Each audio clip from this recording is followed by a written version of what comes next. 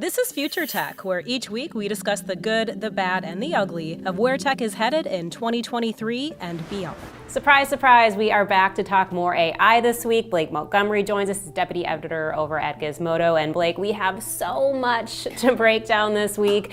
Let's just start with one of the bigger ones, Bard, right? It was released to the GA, the general audience. You, me, and everybody else can now use Google's ChatGPT competitor Bard. It's a chatbot. You might have used it already. Google has been prompting users to sign up for it.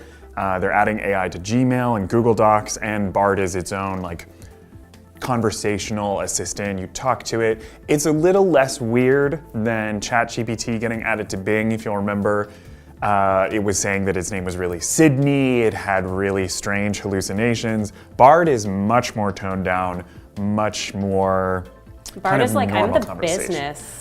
Yeah, but Google is like, we don't want things to look weird. We want to clamp down on anything strange or aberrant that Bard might say. And so it is quite useful. And it is, you've experienced something like it using ChatGPT before. It's not so different. But Google search is much more popular than Bing. And so this marks a watershed moment of AI getting released to an even larger swath of the population. Like ChatGPT has 100 million users, they say, and Google search has what, billions, multiple billions? It's the most popular site on the web. So, yeah. So it's a big moment.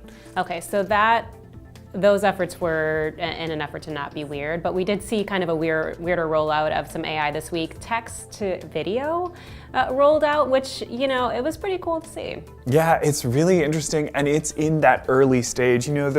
Those first AI-generated images that you saw that were sort of like, they had the weird hands, the teeth are kind of strange, the eyes might not quite be level. It was like a Simpsons episode from the 90s. Remember, the animation was a little wonky. Yeah, and text to video is in that stage right now. You look at the video and you're like, I can see something's off. This is actively quite strange, but it is, you can now, with several different kinds of generators that we've written about, you can give it a text prompt, give the AI a text prompt, and generate around 3 seconds of video of anything you really want.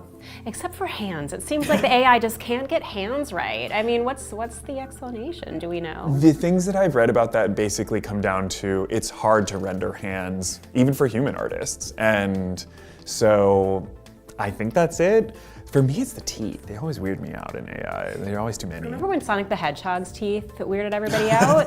Yeah, they look like real veneers. They were like, no. Yeah, it's like on a strange furry hedgehog. He shouldn't have human teeth and kind of tiny human eyes. Yeah, I hated that. What else we saw this week is we actually saw Stanford's kind of version of Meta's AI be taken down, Alpaca. We saw some Stanford researchers generate a copy, more or less, of Meta's large language model, which is called Llama, which has not been released to the public. It has been leaked on 4chan, and some people have started to mess around with it there. But we saw these researchers kind of generate a copy for pretty low cost. It was around $600, which compared to Microsoft has made supercomputers that are estimated to be tens of millions of dollars to train AI, like ChatGPT for OpenAI. And so the fact that they could generate this, it was a team of about 10 people. It's really small, it's really low cost. They ended up taking it down because the researchers said we don't have adequate safeguards, which is very responsible. And so it just is showing that AI is proliferating further and further and further, and eventually there will be a lot of different homespun AIs. Yeah, no, it's interesting to watch it all unfold. Also, anything else this week that you want to talk about? I know Adobe, I believe, even released something. Yeah, there were a couple more moments of big blue chip tech companies releasing AI. So Adobe released an image generator.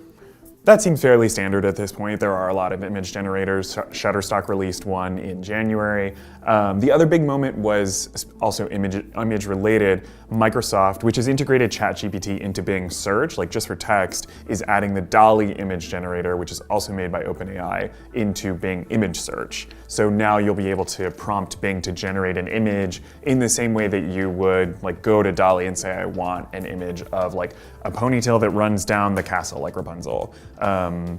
What did we make the other day when we were writing about it? I think it was a monkey as a cosmonaut running through a field of bluebonnets. It did pretty well.